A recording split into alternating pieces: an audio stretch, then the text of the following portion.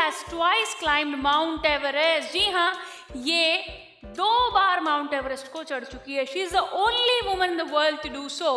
Mount Everest जैसा पहाड़ चढ़ना बहुत बड़ी बात होती है, और ये बड़ी बात इन्होंने एक बार नहीं 2 बार करके दिखाई है, 2 बार। So Maria Sharapova's number 1 position in world tennis. तो इस लड़की की नंबर 1 पोजीशन थी वर्ल्ड टेनिस में। तो टेनिस स्पोर्ट इसने चुना था और उसमें नंबर 1 पोजीशन पर ये पहुंची थी। There is something at odds with Maria Sharapova with her smile and her dress. अलग सी ये लड़की है। She lifted this trophy on 22nd August 2005 to the world number 1 position in the women's tennis. ले जाए जाने कहाँ हवाएं हवाएं, ले जाए जाने कहाँ हवाएं हवाएं, है बागी सी है देखो हवाएं हवाएं, ले जाए जाने कहाँ हवाएं। Hello and a very very warm welcome to all my dear lovely students। कैसे हैं मेरे प्यारे प्यारे बच्चा लोग?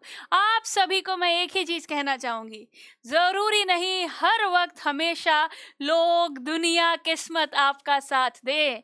हवाओं का रुख आपके खिलाफ भी जरूर होगा, और उस वक्त आप कैसे बनते हो, कैसे बिहेव करते हो, कैसे अपने आप को हैंडल करते हो, वो मैटर करता है। कमजोर होकर, टूटकर, बिखर जाते हो, या फिर स्ट्रॉन्ग बनकर अपने सामने आने वाली दिक्कतों का सामना करते हो, यही तो जिंदगी है। सो आज आपकी प्यारी पूजा मैम आपको इसी बारे में कुछ बताने वाली है जो आपके सिलेबस में मौजूद है। जी हाँ, आज हम 2 चीजें करेंगे। सबसे पहले हम बात करेंगे lesson reach for the top. उस ऊंचाई पर पहुंचने के लिए कितना जोर लगता है, dedication, hard work, luck, consistency, बहुत सारी चीजें हैं जो मैटर करती है। तो हम इस lesson reach for the top में 2 ऐसी महान नारियों के बारे में जानेंगे जो अपनी जिंदगी में बहुत सारा स्ट्रगल कर कर, बहुत सारी मेहनत कर कर बहुत कुछ कमाती हैं लाइफ में आगे जाकर। सो रीच फॉर द टॉप के 2 पार्ट्स हैं जिनमें हम 2 ग्रेट लेडीज के बारे में जानेंगे, एंड फिर हम बात करेंगे द पोएम विंड जो आपके सिलेबस में है, जो हमने अभी तक कवर नहीं की थी, और उसमें हमें सिखाया जाता है कि लाइफ में ऑब्स्टिकल्स कितनी ही क्यों ना आए, मुश्किलें कितनी ही क्यों ना आए, आपको डट कर उनका सामना करना है। सो बहुत ही बढ़िया इंस्पिरेशनल लेक्चर होने वाला है आज। तो बिना देर करे आ जाइए, जुड़ जाइए मेरे साथ, and let's begin with the lesson reach for the top. तो जैसे कि मैंने कहा, पहले शुरुआत होगी रीच फॉर द टॉप के साथ, फिर हम बात करेंगे विंड की, क्योंकि ये लेसन है और इस लेसन की 2 पार्ट्स हैं। दोनों पार्ट्स को डिटेल में डिस्कस कर लिया जाएगा बेटा। और विंड एक पोएम है, तो विंड के पोएट कौन है, इसमें कौन से पोएटिक डिवाइसेस यूज्ड हैं, और इसकी डिटेल्ड एक्सप्लेनेशन आपको आज प्रेजेंट कर दी जाएगी। इसकी डिटेल्ड एक्सप्लेनेशन आज आपको दे दी जाएगी, ताकि इसमें से कोई भी सवाल आपके पेपर में आए तो आप बड़े ही कॉन्फिडेंटली उसे अटेम्प्ट कर पाओ।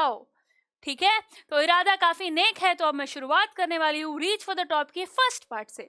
सबसे पहले हम एक ऐसे इंसान के बारे में बात करेंगे जो बहुत ही ज्यादा स्ट्रॉन्ग है, डेडिकेटेड है, अपने सपने के पीछे बगावत करने के लिए भी तैयार है। इसका शुरू से ही बागी नेचर था, इन्हें जो पसंद आया वो उन्होंने किया और आखिर में सफलता हासिल करी। कौन है ये great lady? She is Santosh Yadav. तो संतोष यादव एक बहुत ही इंस्पिरेशनल लेडी है, मैं कह सकती हूँ। इनसे आप सभी को इंस्पिरेशन लेनी चाहिए कि कैसे जिंदगी में चीज़ों को डील करना है, कैसे चीज़ों के साथ डील करना है। Okay, she is a big inspiration to you, and now will find out why so, how she reach the top हम जानने वाले हैं। Let's find out Santosh Yadav के बारे में चीज़ें जानते हैं। Let's begin. तो सबसे पहले उनके बैकग्राउंड के बारे में पता होना ज़रूरी है। तो संतोष का फैमिली बैकग्राउंड की अगर हम बात करें, ठीक है, तो ध्यान से सुनिएगा, सारी बातें बहुत ज़रूरी है, एग्जामिनेशन पॉइंट ऑफ व्यू में मदद करेगी। ठीक है, उसके बर्थ के बारे में आपको पता होना चाहिए। तो संतोष यादव का जो सबसे बड़ा अचीवमेंट है, ओके, उसके बारे में हम पहले बात करते हैं। That she has twice climbed Mount Everest. जी हाँ, ये 2 बार माउंट एवरेस्ट को चढ़ चुकी है। She is the only woman in the world to do so. Mount Everest जैसा पहाड़ चढ़ना बहुत बड़ी बात होती है, और ये बड़ी बात इन्होंने एक बार नहीं 2 बार करके दिखाई है, 2 बार। समझ रहे हो आप इस बात को?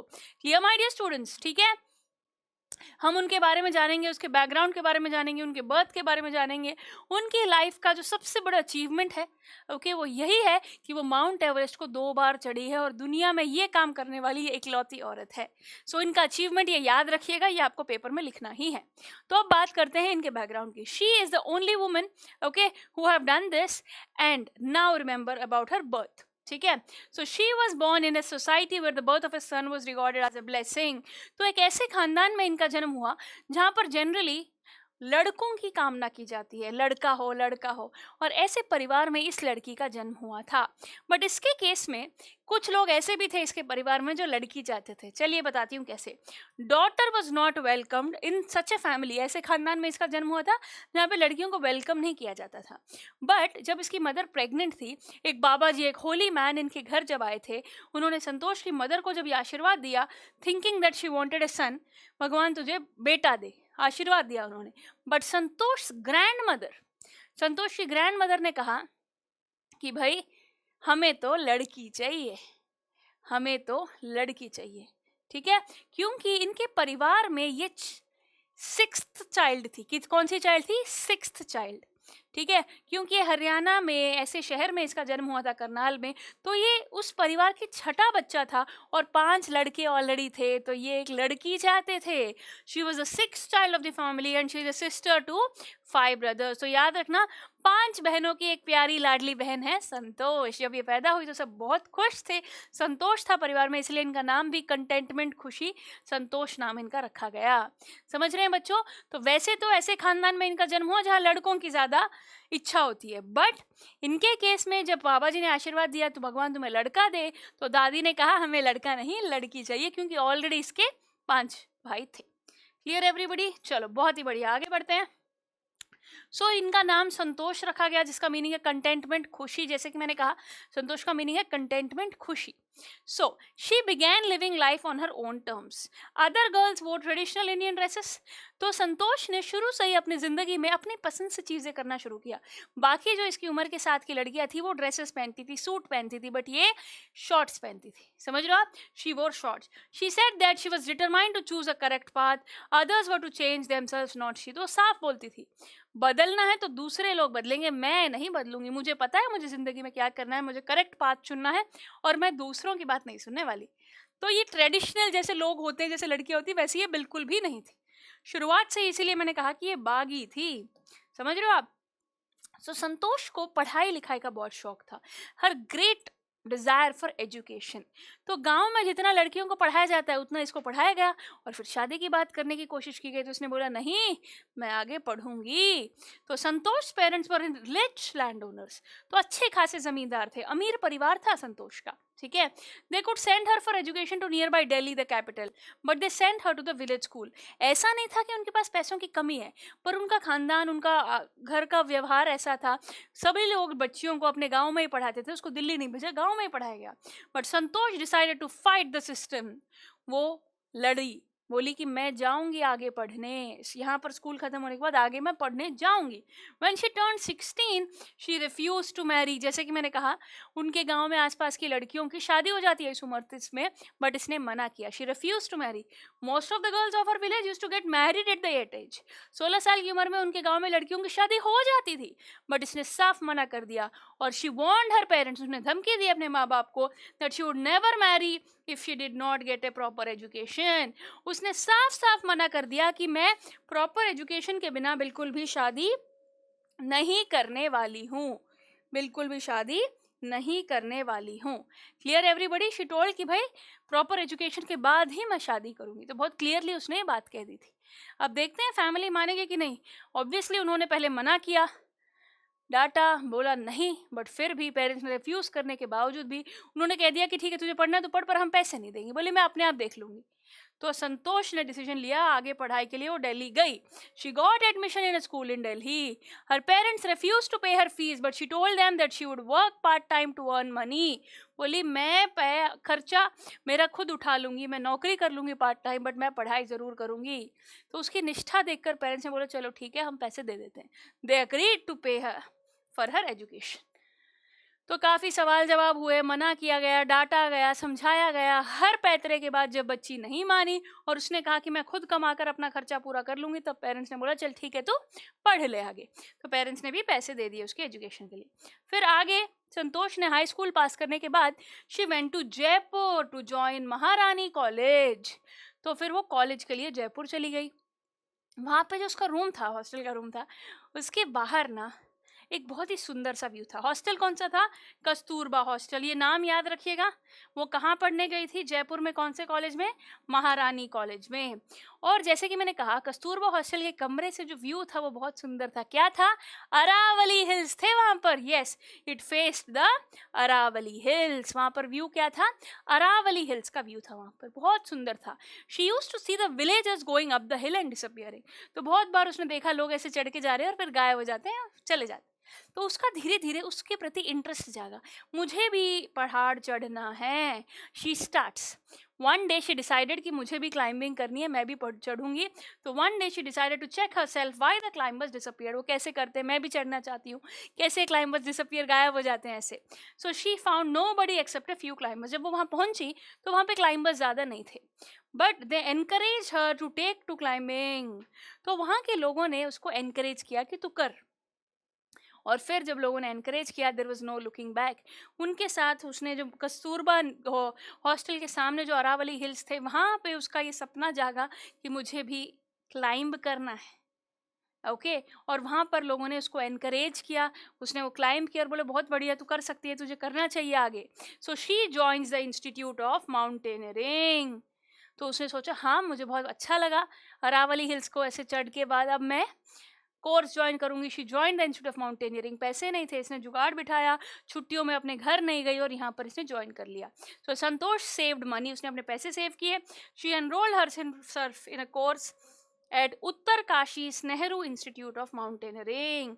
तो इन्होंने कहाँ कोर्स ज्वाइन किया बेटा? माउंटेनियरिंग का course Uttarkashi Nehru Institute of Mountaineering, यहाँ पर उन्होंने ज्वाइन किया। ठीक है, she went there directly from Jaipur. Jaipur से छुट्टियों में इसको जाना चाहिए था अपने मम्मी पापा के पास हरियाणा में करनाल, पर वो गई जयपुर। वहाँ पे ज्वाइन किया इसने अपना जयपुर में Institute of Mountaineering. She wrote a letter to her father from there. वहाँ से उन्होंने लेटर लिख दिया। In it she apologise for taking admission in Uttarkashi. उसने सॉरी बोली कि मैंने उत्तरकाशी में माउंटेनियरिंग इंस्टीट्यूट में एडमिशन ले लिया, उसके लिए उसने सॉरी बोला लेटर में। ठीक है, इसीलिए मैं छुट्टियों में नहीं आ पाई। And there she became a remarkable climber. There Santosh went on an expedition every year. वो हर साल एक्सपेडिशन पर यानी कि क्लाइंब करने अलग अलग माउंटेन्स पर जाती थी। वहाँ पर उसने रिमार्केबल रेसिस्टेंस दिखाई, बहुत बढ़िया तरीके से, मतलब उसने विल पावर दिखाया इतने कोल्ड में, इतने हाई एल्टीट्यूड पे। तो इन चीज़ों को बहुत बढ़िया तरीके से वो ले पाई। She had an iron will. जैसे कि मैंने कहा उसकी विल पावर बहुत स्ट्रांग थी, फिजिकल एंड्योरेंस भी, मेंटल टफनेस भी, जो चीज़ें एक माउंटेनियर में होनी चाहिए वो सारी चीज़ें इसमें थी।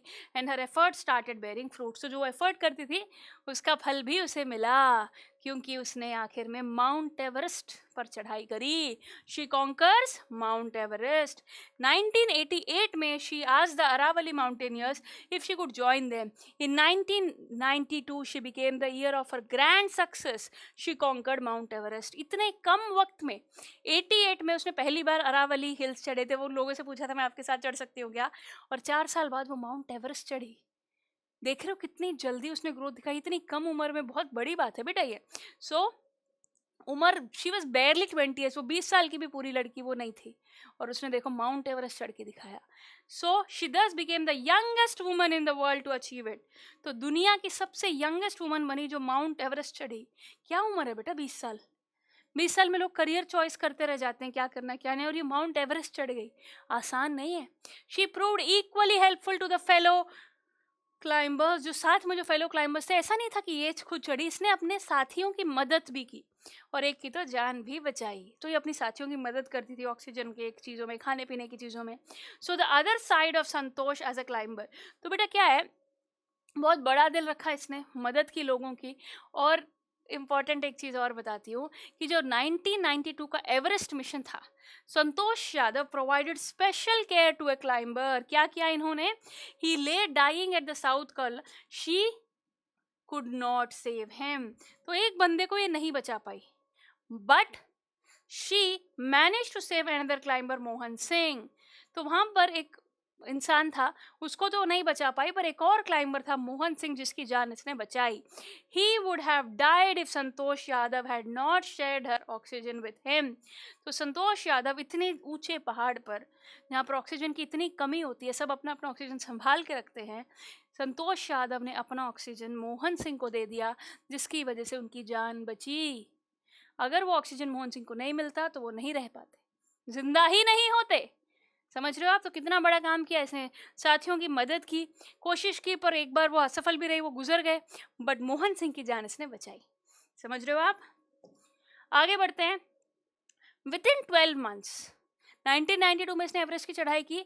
फिर with in 12 months Santosh was invited by Indo Nepalese women's expedition, she became its member, she then conquered the Everest second time. तो सेकेंड टाइम इसने एवरेस्ट को भी चढ़ाई की इनके साथ में, ठीक है। तो she set a record as the only woman to have climb the Everest 2 times. तो इसने वो रिकॉर्ड बनाया, ठीक है। 12 ही महीने बाद, इतने 12 महीने में ही इसने इनवाइट किया था इंडो नेपालीज वुमेन्स एक्सपेडिशन ने। तो इंडिया और नेपाल का जो एक साथ में गठन होता है, संगठन होता है, उनके एक्सपेडिशन की टीम ने इन्हें बुलाया और ये वहाँ गई और उन्होंने दूसरी बार माउंट एवरेस्ट की चढ़ाई की। और फिर इतने महान काम के लिए इनको इज्जत तो देनी ही थी, तो she was honoured by the government, she was honoured by the government, the Indian government recognise her achievement, she was honoured with the Padma Shri. क्या दिया गया इस बच्ची को, संतोष यादव को, अपने अचीवमेंट के लिए 2 बार ये जो चढ़ाई की है इन्होंने माउंट एवरेस्ट की, तो इन्हें पद्मश्री दिया गया। It is one of the nation's top honour. तो बहुत बड़ी इज्जत की बात है, इज्जत अफजाई की बात है, पद्मश्री मिला इन्हें। क्या मिला बच्चों? पद्मश्री। याद रखिएगा ये बात, एक एक चीज़ आपको पेपर में लिखनी पड़ेगी। अब अगर आप संतोष यादव से पूछो कैसा लगा आपको, वहाँ पर चढ़कर कैसा लगा, तो अब हम उस इनडिस्क्राइबेबल मोमेंट्स की बात करेंगे, उस फीलिंग की बात करेंगे, जो टॉप पर माउंट एवरेस्ट पर चढ़कर जो फीलिंग होती है वो कैसी है। तो संतोष ने डिस्क्राइब किया अपने फीलिंग्स को, that when she was on the top of the world, सबसे ऊंची चोटी पर जब वो थी, she said that it took her some time for that moment to be understood. उसे वक्त लगा इस बात को समझने में, इस बात को हजम करने में कि वो दुनिया की सबसे ऊंची चोटी पर खड़ी है। It took time for her to understand, and then she unfurled the Indian tricolor. वहाँ पर उसने अपने देश का झंडा लहराया। And you know what, my dear students, she can't describe that moment. वो फीलिंग ना शब्दों में नहीं बयां की जा सकती। मैं बोल रही हूँ तो ही मेरे रोंगटे खड़े हो रहे हैं कि कैसा लगता होगा यार, इतना बड़ा मुश्किल टास्क को अचीव करने के बाद अपने देश का नाम रोशन करना, इतनी ऊंची चोटी पर अपने देश का झंडा लहराना, it's a very big thing, right. So she saw the Indian flag flying on the top of the world. तो उसने दुनिया की सबसे ऊंची चोटी पर अपने देश का झंडा लहराते हुए जब देखा तो उसे बहुत अच्छा लगा। It was a spiritual moment for her. मतलब वो ऐसा लग रहा था ऊपर वाले से जुड़ गई है। She felt proud to be an Indian. तो उसे बहुत अच्छी खुशी हुई कि वो एक इंडियन है। Santosh acted as an environmentalist also. तो संतोष सिर्फ माउंटेनियर ही नहीं बल्कि उसने एनवायरमेंट के लिए भी बहुत चीज़ें की, एनवायरमेंटलिस्ट का भी रोल प्ले किया, क्योंकि जब वो आई ना हिमालय से, उसने ना 500 किलो कचरा रबिश उठाकर लाई। She brought down 500 kgs of rubbish from the Himalayas. तो ये बहुत बड़ी बात है। वो सिर्फ चढ़ी ही नहीं बल्कि जो कचरा था वो भी लेकर आई हिमालय से। 500 kg कचरा बहुत बड़ी बात होती है बेटा। हम 2 किलो का कवर उठा के थक जाते हैं, इसने देखो कैसे किया है काम, आसान नहीं है। संतोष यादव हरियाणा में जन्मी इस लड़की ने कैसे सब कुछ बदला अपने लिए, अपने परिवार के लिए, अपने देश के लिए। 2 बार माउंट एवरेस्ट पर उन्होंने चढ़ाई की। करनाल के एक छोटे से गांव में जन्मी, हरियाणा के करनाल डिस्ट्रिक्ट के छोटे से गांव में जन्मी ये लड़की कितना बड़ा कमाल कर गई, देखिए आप। इसके अंदर वो बात थी, ये बागी थी, इसने अपने लिए रास्ता चुना और उस रास्ते पर सफलता भी हासिल करी। तो बहुत ही बढ़िया तरीके से हमने संतोष यादव के बारे में जाना है। तो अब बारी है एक और ऐसी ही ग्रेट पर्सनालिटी के बारे में जानने का, वो है Maria Sharapova. She is an athlete, a sports person. तो स्पोर्ट्स पर्सन है ये और इसने भी बहुत नाम कमाया है। तो अब हम जानेंगे इनके बारे में, इनकी लाइफ स्टोरी के बारे में कि टॉप पर ये कैसे पहुंची। Let's begin. So Maria Sharapova's number 1 position in world tennis. तो इस लड़की की नंबर 1 पोजीशन थी वर्ल्ड टेनिस में। तो टेनिस स्पोर्ट इसने चुना था और उसमें नंबर 1 पोजीशन पर ये पहुंची थी। There is something at odds with Maria Sharapova with her smile and her dress. अलग सी ये लड़की है। She lifted this trophy on 22 August 2005 to the world number 1 position in the women's tennis. तो समझ रहे हो आप, वुमेन इकलौती पहली ये औरत नंबर 1 जो बनी थी ये, right? She is a Siberian teenager. It took her 4 years to achieve the top position. Sports में आने के बाद उसको 4 साल लगे, तब जाकर वो इस टॉप पोजीशन पर पहुंची। बट मेहनत सिर्फ उन 4 सालों की नहीं थी, बल्कि बचपन से उसने निरंतर मेहनत की, स्पोर्ट को अपना वक्त दिया, तब जाकर वो उस लायक बन पाई। तो चलिए इनके बचपन के बारे में जानते हैं, साइबेरियन टीनेजर के बारे में जानते हैं। ठीक है, Maria's trip to US। ठीक है, Maria's climb upward started 9 years before। जब इसकी जो शुरुआत हुई थी 9 साल पहले हुई थी, where she was not yet 10। ये बच्ची 10 साल की भी नहीं हुई थी। She was sent to train in America। इसको अमेरिका भेज दिया गया था ट्रेनिंग के लिए। ठीक है, टेनिस की ट्रेनिंग के लिए इसको अमेरिका भेज दिया गया था। सोचो 10 साल की भी नहीं हुई है बच्ची। That trip to Florida with her father Yuri put her on the line to success and stardom. तो इनके पापा का नाम यूरी है। यूरी अपनी बेटी के साथ यानी कि मारिया शरापोवा को अमेरिका लेकर गए थे और तब से शुरुआत हुई इसकी जर्नी की। वहाँ पर इसने सीखा, इसने ट्रेन किया। But it meant a separation also of 2 years from her mother Yelena. तो अपनी ट्रेनिंग के लिए उसको अपनी मदर को छोड़ कर जाना पड़ा। मदर का वीज़ा नहीं लगा था, तो फादर डॉटर दोनों अमेरिका में जाकर ट्रेनिंग, फादर कमाते थे ताकि बच्ची ट्रेन कर सके। तो छोटी सी उम्र में बच्ची अपने माँ बाप से, मतलब क्या होता है ना, फादर और मदर अलग रहने लगे। फादर बच्ची के साथ गया, बट वहाँ पर बहुत डिफिकल्ट लाइफ है। तो सोच, एक 10 साल की बच्ची अकेले कैसे मैनेज कर सकती है सब कुछ। Yelena had to live in Siberia due to visa restrictions. तो येलेना जा नहीं पाई अपने हस्बैंड और बेटी के साथ में। यूरी और मरिया शरापोवा अमेरिका गए। दिन रात मरिया शरापोवा के फादर ने काम किया ताकि अपनी बच्ची के ट्रेनिंग के खर्चे उठा सके, और इस बच्ची ने ट्रेनिंग ली। So Maria stay and training in the US. जैसे कि मैंने कहा, Maria recalls that she felt very lonely in US. इतनी कम उम्र में बच्ची को आप घर से दूर भेजोगे तो उसको अकेला तन्हा तो महसूस होगा ही। And she missed her mother a lot. Greatly she missed her mother. Her father couldn't also see her mother. Father को भी सेपरेशन सहना पड़ा, बहुत मुश्किल था इनके लिए। He earn only as much to keep her tennis training going. तो कमाते कितने थे ताकि बच्ची की ट्रेनिंग हो जाए। She was young, she use to tidy up the room and clean it, the seniors would make her do so. तो इसके साथ सीनियर रैगिंग भी करते थे, इसका रूम कमरा ठीक करो, ऐसे करो वैसे करो। तो आसान नहीं था ट्रेनिंग का वक्त। इतनी कम उम्र में इसने स्टार्ट कर लिया था और अपनी सीनियर्स की बातें मानती थी और जल्दी ही समझदार हो गई थी, अपने काम खुद करने लगी थी, इंस्ट्रक्शंस को फॉलो करती थी। सो मरिया बहुत टफ थी। उसकी टफनेस कैसे पता चलेगी? This made her determined and mentally tough. She also learn how to take care of her self. इतनी कम उम्र में दूर होने की वजह से अपनी मदर से इसने टफ बनाया बच्ची को। अपने सारे काम खुद करना, अपना ध्यान खुद रखना उसने सीखा। She never thought of quitting. कभी उसने हार मानने की नहीं सोची। Never never never she gave up, she didn't quit, she knew what she wanted. उसे पता था कि उसे कहाँ पहुँचना है। This toughness is still there in her. बहुत स्ट्रॉन्ग टफ लड़की है ये, हार नहीं मानी। मम्मी की याद में छोड़ के सब कुछ चली नहीं गई वो, बल्कि उसने गिव अप नहीं किया और लगी रही, क्योंकि उसे पता था उसे जाना कहाँ है। और फिर मारिया की मेहनत रंग लाई and she really became number 1। She bag the lady single crown at Wimbledon in 2004। She became world's number 1 in 2005। 2004 में उसने वुमेन्स का, लेडीज़ का सिंगल का क्राउन जीता और 2005 में वो वर्ल्ड नंबर 1 बनी। तो बहुत कम उम्र में इस बच्ची ने काफ़ी सफलता हासिल करी। व्हाट इज़ हर मंत्र फॉर सक्सेस? कैसे, जीत का क्या उसके पास मंत्र था? Maria has journeyed from Siberia to the top of women's tennis. It has touched the hearts of tennis fans. तो कहाँ से निकल कर कहाँ ये पहुँची? तो टेनिस के जितने भी फैंस हैं बहुत पसंद करते हैं इन्हें।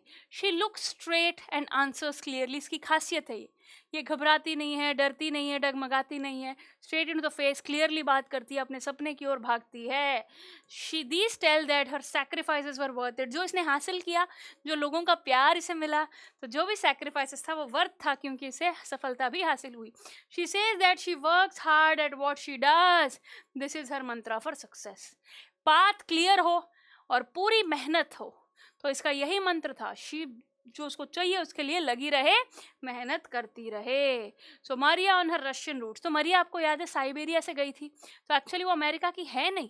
सो Maria speaks with an American accent. वो वहाँ इतना वक्त रही है तो अमेरिकन एक्सेंट में बोलती है, बट वो इस बात की प्राउड है, उसको खुशी है। She shows her pride to be a Russian, क्योंकि वो रशिया से है।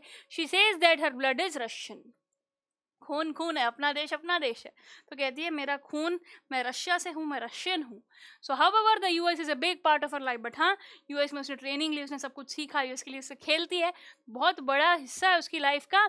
She would play the Olympics for Russia if they wanted her to play. तो उसने ये भी कहा कि मैं रशिया के लिए ओलंपिक्स तक खेलने के तैयार हूँ, मेरी माटी जो है वो, समझ रहे हो आप। तो इस बच्ची ने बहुत सफलता हासिल करी, बहुत इसने डेडिकेशन दिखाई, फैमिली से दूर रही, सैक्रिफाइसेस किए, बहुत मेहनत की, और तब जाके सफलता हासिल हुई। वो लोग इसे बहुत प्यार करते हैं, टेनिस का नंबर 1 प्लेयर ये बनी।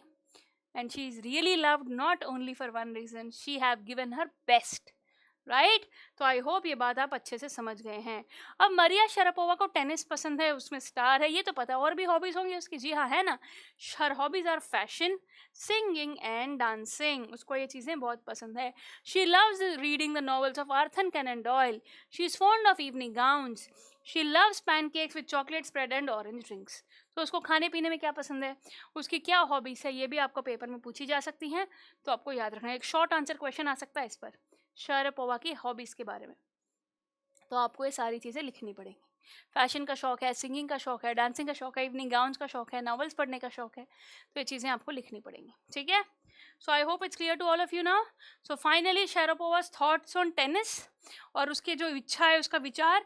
Sharapova can't be put in a category, she has talent, a desire to succeed and readiness to sacrifice. तो ये स्टेटमेंट आप आंसर में लिख सकते हो इस लेसन में से जब सवाल आएगा, ठीक है। उसके अंदर इच्छा नहीं, चाहत है सक्सेस पाने की, और वो सैक्रिफाइस करने के लिए भी तैयार है। जो चाहिए, जो कीमत चाहिए, वो कीमत देने के लिए भी तैयार है। These qualities have lifted her to the top of the world. She finds money as motivation. उसे लगता है मोटिवेशन उसके लिए क्या है, मनी, पैसा उसके लिए मोटिवेशन है। Clear everybody? Yes. Tennis is a business and a sport, but the most important thing is to become number 1 in the world. This dream has kept her going. तो उसका यही सपना था, पैसे भी आ रहे हैं, फेम भी मिल रहा है, पर मुझे नंबर 1 बनना है। उस मोटिवेशन से वो लगी रही, लगी रही, लगी रही।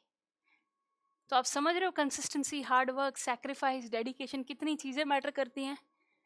हार नहीं मान सकते, क्विट नहीं कर सकते, कंप्लेन नहीं कर सकते, करते रहना पड़ेगा, जैसे मारिया शरापोवा ने करके दिखाया। सो आई होप ये पार्ट भी आपको बहुत अच्छे से समझ आ गया होगा। तो अब हम चलते हैं पोएम की तरफ, जो कि है विंड। बहुत ही सुंदर पोएम है ये, सुब्रमण्य भारती जी ने लिखी है, बहुत ही बढ़िया उम्दा पोएम है। सो एक एक करके सभी स्टैंजास को हम डिस्कस करते हैं और डिटेल में क्वेश्चंस को हम समझने की कोशिश करते हैं। सो इस पोएम में सुब्रमण्य भारती जी ने क्या किया है, विंड की पावर बताई है, द पावर ऑफ विंड। ये चाहे तो सब कुछ बर्बाद कर सकती है, how destructive it can be, right? So it depicts the power of wind and how it is destructive. The wind as described in the poem blows violently and breaks everything around. Wind जब अपनी पे आ जाए, जब तेज से चले, तो सब कुछ तोड़ फोड़ कर सकता है। So the poet has linked this powerful wind with difficulties, obstacles and struggles of life. जैसे कि मैंने कहा, इस पोएम में विंड को जैसे कि एक तरीके से प्रॉब्लम्स, मुश्किलें, मुश्किल हालात, रुकावटों से कंपेयर किया गया कि ऐसे आएंगे ही आएंगे आपकी लाइफ में। So just like the wind what that destroys everything that is weak, these difficulties can also break down weak people. तो बहुत बढ़िया तरीके से, जैसे विंड सब कुछ डिस्ट्रॉय कर सकती है, विंड कमज़ोर लोगों को, ये मुश्किलें, ये तकलीफ़ें, कमज़ोर लोगों को तबाह कर सकते हैं। But only strong people can face it.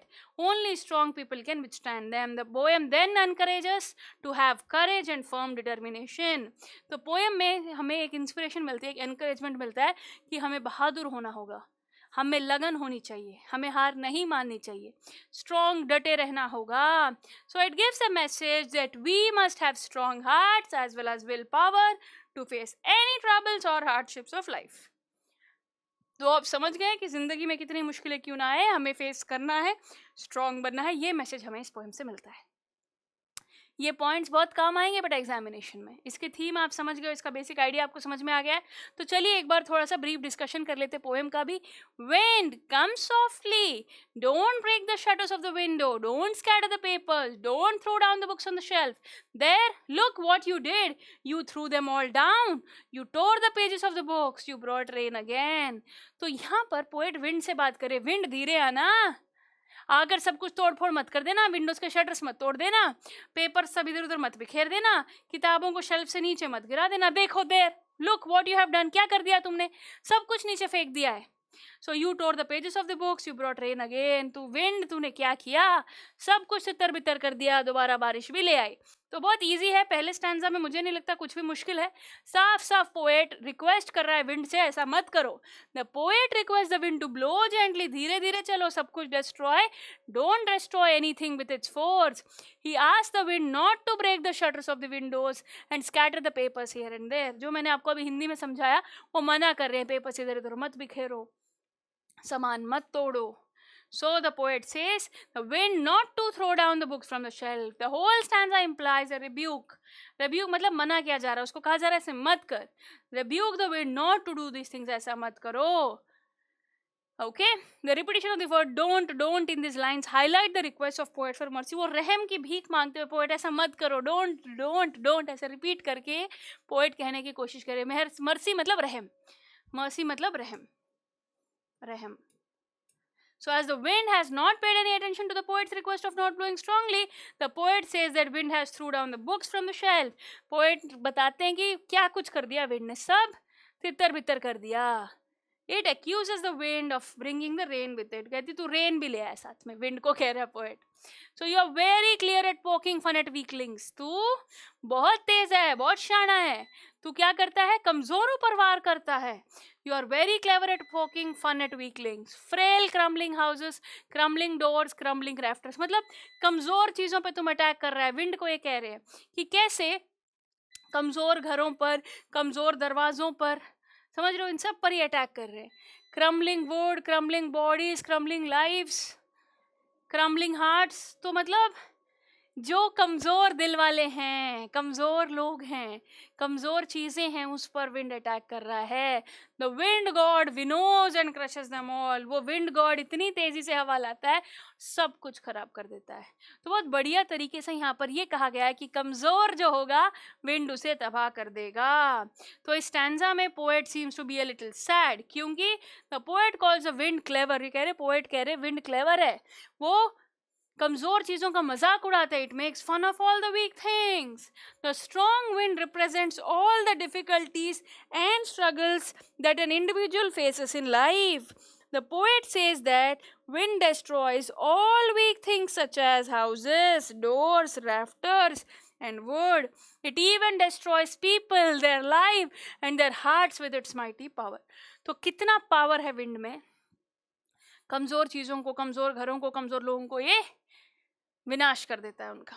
So the wind god continue destroying or separating weak until only the strong people, जो challenges को face कर सकते हैं, वही टिकेंगे। कमजोर लोग, कमजोर चीजें नहीं टिकेंगी। It means difficulties in life can lead to a loss of hope and loss of life. तो कमज़ोर लोग हार जाएंगे, ज़िंदगी से भी हाथ धो बैठ सकते हैं। मुश्किल हालात जब आ जाते हैं, मुश्किल सिचुएशन जब आ जाती है, जो कमज़ोर होते हैं वो उसका सामना नहीं कर पाते हैं और हाथ खड़े कर देते हैं, बट स्ट्रॉन्ग लोग टिके रहेंगे। तो बहुत ही बढ़िया तरीके से थर्ड स्टैंजा में वो कहेंगे कि ऐसा मैं करने नहीं दूंगा। He don't do what you tell him, so come let's build strong homes. तो अगर विंड कमज़ोर चीज़ों पर अटैक करके उनका मजाक उड़ाकर उनको तबाह कर सकता है, तो क्यों ना हम स्ट्रॉन्ग बने।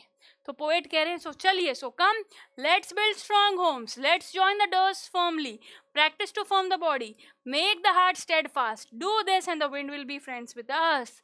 अगर तुम स्ट्रॉन्ग बने, अपने घरों के दरवाजे को स्ट्रॉन्गली बंद कर दिया, अपने आप को स्ट्रॉन्ग बना लिया, स्टेड फास्ट बना लिया, अपने दिल को पत्थर कर लो स्ट्रॉन्गली, मुश्किलें तुम्हें तोड़ नहीं सकती। Do this and wind will be friends with us. अगर आप ऐसा करोगे तो विंड आपसे दोस्ती कर लेगी। तो बहुत ही बढ़िया तरीके से इस स्टैंजा में पोएट कह रहे हैं हमसे, रीडर्स से कह रहे हैं और उनसे कह रहे हैं कि अपने आप को स्ट्रॉन्ग बनाएं, and wind will not listen to them. The poet asks the readers to build strong houses and to close the doors tightly so that wind can not harm them. तो पोएट साफ साफ readers को कह रहे हैं कि तुम भाई स्ट्रॉन्ग बनो, अपने घरों को स्ट्रॉन्ग बनाओ, अपने दरवाजों को स्ट्रांगली अच्छे से बंद कर दो। ठीक है, वो एनकरेज कर रहे हैं यहाँ पर readers to become bold and strong to face all the troubles in life. Strong बनिए, बोल्ड बनिए, जिंदगी में तकलीफों का सामना कीजिए। पोएट रीडर से कहते हैं practice hard to get a firm mind as well as a strong body so that nobody can, at least wind can not break you, आपको तोड़ ना सके। आपकी लाइफ में चैलेंजेस बहुत आएंगे पर वो आपको तोड़ ना सके, इसके लिए आपको स्ट्रॉन्ग बनना होगा। दिल से, दिमाग से, बॉडी से काम कीजिए इस पर। If they are able to do so the wind will become their friend and will not harm them. अगर तुम स्ट्रॉन्ग बन गए तो विंड आपकी दोस्त बन जाएगी। उन मुश्किल हालातों से, उन तकलीफ़ों से आप सीखोगे और स्ट्रॉन्गर बन जाओगे। समझ रहे हो, और बेहतर इंसान बन जाओगे। तो आखिरी स्टैंजा में the wind blows out weak fires. The wind है ना, अगर एक छोटी सी आग है, जैसे दिया जल रहा है, तो तेज हवा चली तो दिया बुझ जाएगा, पर अगर जंगल में आग लगी हो तो तेज हवाएं उस आग को बुझा नहीं सकती बल्कि बढ़ा देंगी। समझ रहे हो? He makes strong fires roar and flourish. He makes strong fires roar and flourish. His friendship is good. We praise him every day. तो जो strong रहेंगे, जो ज़्यादा बढ़ के रहेंगे, उनका विंड कुछ नहीं बिगाड़ सकती। तो जैसे कि मैंने कहा, एक कैंडल का तो बुझा देगी, पर क्या जंगल में जो आग है, तेज़ हवाएं उसको बढ़ाएंगी, बुझा नहीं सकती। तो अगर आप स्ट्रॉन्ग हो तो आपको स्ट्रॉन्गर विंड भी आपको स्ट्रॉन्ग आए तो आपका कुछ बिगाड़ नहीं सकती, आपको बेहतर ह्यूमन बीइंग ही बनाएगी। समझ रहे हो आप? तो इस स्टैंजा में साफ साफ पोएट ने डिस्क्राइब कर दिया है wind as both as a destroyer and a creator. तो विंड आपको बना भी सकती है और बिगाड़ भी सकती है। अगर आप स्ट्रॉन्ग है तो आपको बना देगी। So the wind blows out the weak fires, as a creator it encourages and nurtures strong fires. तो वो स्ट्रॉन्ग फायर्स को एनकरेज करते हैं। In other words, wind can destroy all weak things and can also flourish a thing which is already strong. तो wind में ताकत है सब कुछ खत्म करने की, बट जो स्ट्रॉन्ग चीज़ है उसको सपोर्ट भी करता है wind. So the poet states that if we are strong, then the wind is a good friend to us and nothing can harm us. अगर हम strong है तो विंड अपने दोस्त बन जाएगा और अपने को हार्म नहीं करेगा। Right? So we will praise the wind god every day for building our strength. Thus we should make ourselves physically and mentally ready to accept all the challenges. Once we are strong, we will easily overcome the challenges and live our lives comfortably. अगर हम strong बन गए तो हर दिक्कत का सामना करेंगे और अपनी लाइफ को अच्छे से कंफर्टेबली जी पाएंगे। समझ रहे हो? तो पोएट साफ साफ कह रहे हैं कि हमें स्ट्रॉन्ग बनना है। कमज़ोर लोगों के साथ कुछ भी हो सकता है। जो स्ट्रॉन्ग होंगे वो डटे रहेंगे, टिके रहेंगे। मुश्किल हालात, मुश्किल वक्त, बुरे लोग उन्हें तोड़ नहीं पाएंगे, डिस्ट्रॉय नहीं कर पाएंगे। तो चलिए पोएम को अच्छे से समझ गए हैं तो इसके वर्ड मीनिंग्स भी देख लेते हैं। टोर मतलब फाड़ देना, पोकिंग फन, मेकिंग फन, मजाक उड़ाना। विंड मजाक उड़ाता है, कहते हैं ना कमज़ोर लोगों का, वीकलिंग्स का। वीकलिंग्स कौन है? कमज़ोर लोग, कमज़ोर चीज़ें, है ना। फ्रेल का भी मतलब होता है वीक, कमज़ोर। Crumbling, destroying, breaking, crumbling houses, crumbling hearts, crumbling lifes. Crumbling बहुत बार यूज़ किया है ना। क्रम्बलिंग मतलब ख़त्म करना कमज़ोर चीज़ों को। रैफ्टर्स मतलब sloping beam supporting a roof, जैसे कि शटर्स होते हैं, है ना, घरों में वो लगे होते हैं ना, वही यहाँ पर बी स्लोप पे ऐसे होते हैं जो। स्टेड फास्ट मतलब फर्म एंड डिटरमाइंड, अपने दिल को स्टेड फास्ट बनाए, पत्थर बनाए, डिटरमाइंड बनाए। ब्लो आउट मतलब जो फायर को स्टॉप कर दे। ठीक है, तो हेंस डिफिकल्ट वर्ड्स के मीनिंग्स भी आपको मैंने बता दिए हैं। अब बारी आएगी पोएटिक डिवाइसेस की। तो सबसे बढ़िया पोएटिक डिवाइस जो यूज्ड है इस पोएम में वो है एनाफोरा। डोंट जब कॉन्जिक्यूटिव लाइंस में सेम वर्ड यूज होता है तो वो एनाफोरा कहलाता है। सो एनाफोरा इस पोएम में काफ़ी अच्छे से यूज़ किया गया है ना। तो जो आपको लाइंस 2, 3, 4 में डोंट यूज़ हुआ है तो वो एनाफोरा है। समझे कि नहीं आप? तो बहुत ही बढ़िया तरीके से डोंट यूज़ कर एनाफोरा यहाँ पर यूज़ किया गया है। ठीक है, तो इससे क्या होता है, बहुत बढ़िया तरीके से वो कहना चाह रहे हैं कि मत करो, रहम की भीख मांग रहे हैं। ठीक है, सो रिपीटेड यूज जब स्टार्टिंग में हो जाए तो इसके लिए हम कहेंगे एनाफोरा। स्टार्टिंग में कॉन्जिक्यूटिव लाइंस में सेम वर्ड्स का यूज होना इज नथिंग बट एनाफोरा। ठीक है, तो बहुत बढ़िया तरीके से हमने देखा कि पोयम में एनाफोरा यूज्ड है। दिखा दूं मैं आपको, एक बार दिखा देती हूँ। ये देख, don't break, don't scatter, don't throw, तो ये डोंट जो यूज्ड है ना बार बार, तो hence it is nothing but anaphora. समझे कि नहीं? एनाफोरा। ठीक है, अगला पोएटिक डिवाइस बता देती हूँ अब मैं आपको, जो कि है मेटाफोर। मेटाफोर क्या होता है बेटा? कंपैरिजन होता है। बिना एज या लाइक यूज करे metaphor is nothing but comparison. तो इस पोएम में कहाँ यूज हुआ है ऐसे? Wind is a literal metaphor in the poem. It represents challenges that man kind endure in the life. तो विंड को वो जो मुश्किलें, ऑब्स्टिकल्स, चैलेंजेस जो आ रहे हैं जिंदगी में, उनसे कंपेयर किया गया है। ठीक है, तो hence it is metaphor. Easy peasy lemon squeezy. ये तो आगे बढ़ जाइए, पर्सोनिफिकेशन। विंड गॉड, विंड को एक इंसान की तरह ट्रीट किया गया है कि वो ऐसा कर देगा, वो वैसा कर देगा। तो समझ रहे हो आप? तो एक नॉन लिविंग थिंग में हमने जान डाल दिए, ह्यूमनली इमोशंस डाल दिए, पर्सन की तरह उसे ट्रीट कर रहे हैं, तो ये बन जाता है पर्सोनिफिकेशन। यहाँ पर he which is typically reserved for the people also refers to the wind as wind god. तो यहाँ पर विंड को एक इंसान की तरह, एक भगवान की तरह ट्रीट किया गया है, पर्सन की तरह ट्रीट किया गया, तो hence it is personification. Easy. आगे रिपीटिशन, बहुत सारे वर्ड्स हैं जो रिपीट हुए हैं इस पोएम में। क्रम्बलिंग, क्रम्बलिंग, क्रम्बलिंग बहुत बार यूज हुआ है, तो हेंस आप यहाँ पर रिपीटिशन कह सकते हैं। ठीक है, सेवरल टाइम्स कोई चीज़ आ जाए तो रिपीटिशन, तो क्रम्बलिंग इसमें बहुत बार यूज हुआ है। तो आई होप ये वर्ड आप समझ गए हैं। एलिट्रेशन की बात करें, कॉन्सोनेंट साउंड का रिपीट करना। देखो ध्यान से देखो, crumbling houses, crumbling doors, crumbling laptops, तो क साउंड रिपीट हो रहा है यहाँ पर, तो यहाँ पर ये क साउंड रिपीट हो रहा है, इसीलिए ये कहलाएगा example for alliteration. Consonant sound है ना बेटा, इसीलिए। सो इस प्रकार से पोएटिक डिवाइसेस हमारे पोएम में यूज्ड है। और एक पोएटिक डिवाइस है बेटा एन्जैम्पमेंट। अब आप सोचोगे मैम ये क्या होता है? सिंपल है, जैसे लाइन्स है ऐसे, अगर लाइन के एंड में कोई भी पंक्चुएशन मार्क ना हो, लाइन के एंड में कोई भी पंक्चुएशन मार्क ना हो, तो उसे हम कहेंगे एन्जैम्पमेंट, उसे हम कहेंगे एन्जॉयमेंट। तो इस लाइन में, स्टैंजा में कुछ ऐसी लाइन से आपको एग्जाम में स्टैंजा दिया जाएगा, अगर एंड में पंक्चुएशन मार्क ना है तो आप कह सकते हो हाँ इसमें एन्जॉयमेंट यूज्ड है। Clear everybody? और एक बहुत इंटरेस्टिंग सा पोएटिक डिवाइस है जो कि है सिंबॉलिज्म।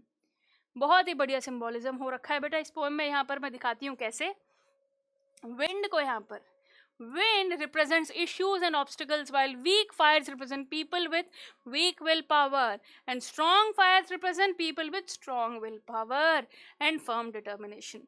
तो यहाँ weak fires, strong fires, wind, ये तीनों चीज़ें सिंबलाइज कर रही हैं कुछ। wind challenges को सिंबलाइज कर रहा है, वीक फायर कमज़ोर लोगों को, कमज़ोर दिल वालों को, कमज़ोर चीज़ों को, स्ट्रॉन्ग फायर स्ट्रॉन्ग पीपल को, जिनका विल पावर स्ट्रॉन्ग है, डिटर्मिनेशन स्ट्रॉन्ग है, उनको यहाँ पर सिंबलाइज किया गया है।